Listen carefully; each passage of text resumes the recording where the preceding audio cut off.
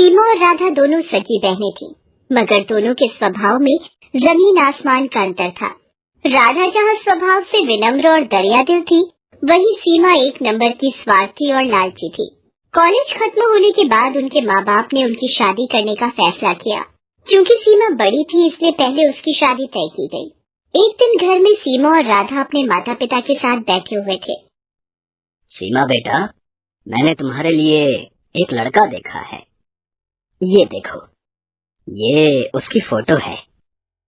ये तो बताइए पापा कि लड़का कितना पढ़ा लिखा है, उसका घर परिवार कैसा है। मैं नहीं चाहती कि मेरी शादी किसी कम पढ़े लिखे या गरीब से हो जाए।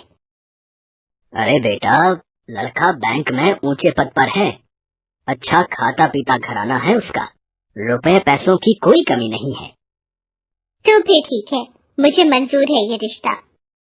निश्चित समय पर बड़े धूमधाम से सीमा की शादी कर दी गई। क्योंकि सीमा बड़ी बेटी थी, इसलिए उसके पापा ने शादी में कोई कसर नहीं छोड़ी। उन्होंने अपनी हैसियत से ज्यादा खर्च किया इस शादी पर। इसकी वजह से उन पर अच्छा खासा कर्ज भी हो गया। कुछ समय बाद राधा भी शादी के लायक हो गई। एक दिन, सुनो जी, मैंने राधा के लिए भी एक लड़का देखा है।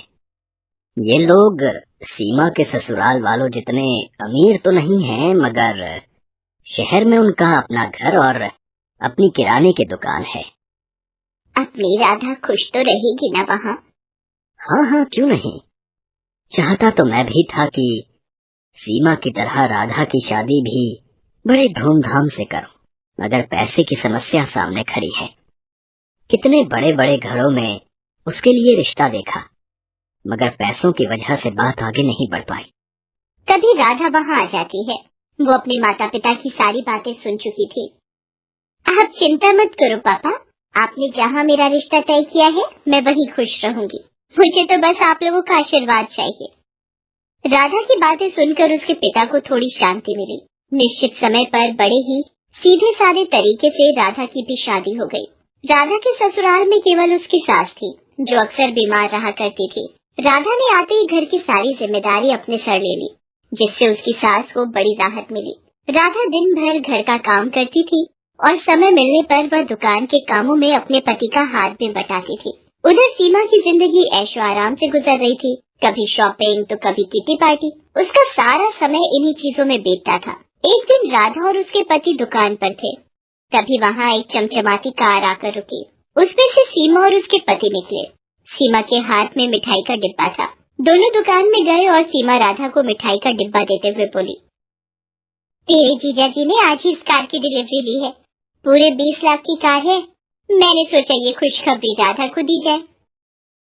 दरअसल सीमा राधा को जलाने के लिए अपनी कार दिखाने वहाँ आई थी, मगर भोली भाली राधा उसकी इस चाल को समझ नहीं पाई।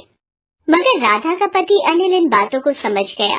सीमा और उसके पति के जाने के बाद अनिल बोला, तुम्हारी बहन यहाँ खुशखबरी देने नहीं आई थी, बल्कि हमें जलाने के लिए यहाँ आई थी।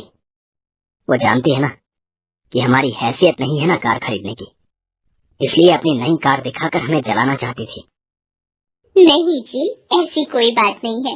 वो भला हमें क्यों जलाना चाहेगी? ऐसी ही बात है। उसे पता है ना कि मैं कभी कार नहीं खरीद सकता, मामूली दुकानदार जो हूँ, और उसका पति तो बैंक में बड़ा अफसर है ना। क्यों?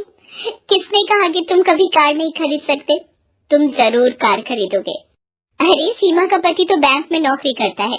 एक हिसाब से देखे तो वो बैंक का नौकर है, उसे बैंक के हिसाब से काम करना पड़ता है। मगर यहाँ तुम तो अपने मालिक हो, तो तुम जैसे चाहो अपनी मर्जी के मुताबिक काम कर सकते हो। अगर तुम ठान लो तो कुछ भी कर सकते हो। मैं हर कदम पर तुम्हारे साथ हूँ। देखना, थोड़े ही दिनों में तुम एक कार क्या 10 कारों के मालिक बन जाओगे। उसने सारी चिंता छोड़कर जी तोड़ मेहनत करना शुरू किया। वो रोजाना सुबह 7 बजे दुकान खोलता था और देर रात 10 बजे तक दुकान पर ही रहता था। दोपहर के बाद राधा भी उसका हाथ बटाने दुकान पर आ जाती थी। राधा और अनिल दोनों ही स्वभाव से कोमल थे। ग्राहकों से बड़ी ही विनम्रता से बात करते थे। इसका नतीजा ये होता था कि जो भी एक बार उनके यहाँ से सामान ले जाता, वो फिर बार बार वहीं आता था। ग्राहकों को कम दाम में अच्छा माल देने के लिए राधा और अनिल ने एक शानदार योजना बनाई। वो दुकान का सामान शहर के व्यापारियों से न खरीदकर सीधे दिल्ली और मुंबई जैसे बड़े शहरों से मंगाने लगे। इससे ग्राहकों को भी अच्छा सामान मिल जाता था और दुकान में मुनाफा भी ज्यादा होता था।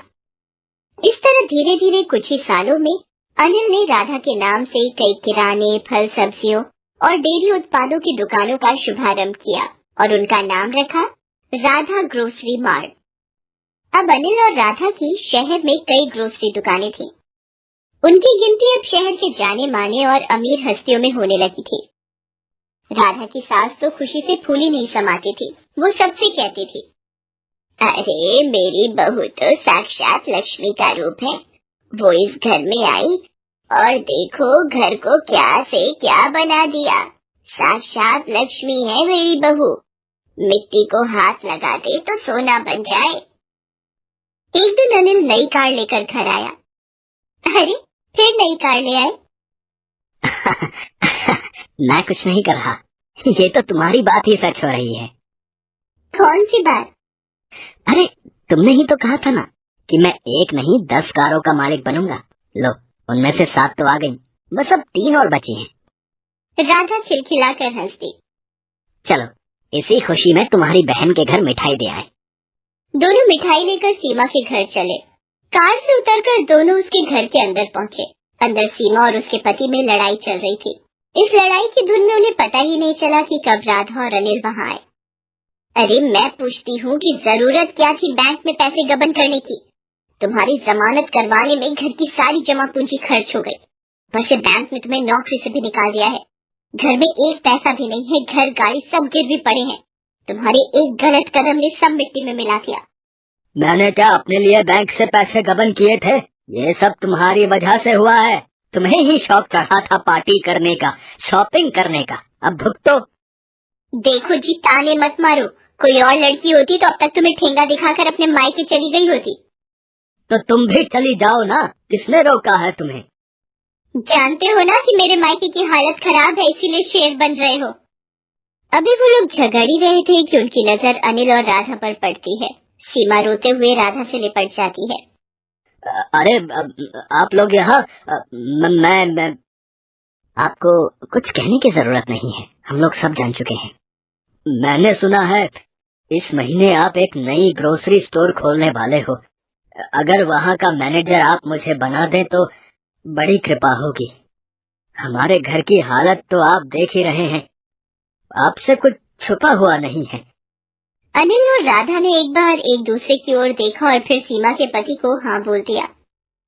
अब सीमा का सारा घमंड चूर चूर हो गया था। एक समय में जिसे वो अपने दौलत की झूठी शान दिखाकर जलाना चाहती थी, आज वो उसी के रहमो करम पर थी। उसे एहसास हो गया था कि दौलत पर कभी घमंड नहीं करना चाहिए।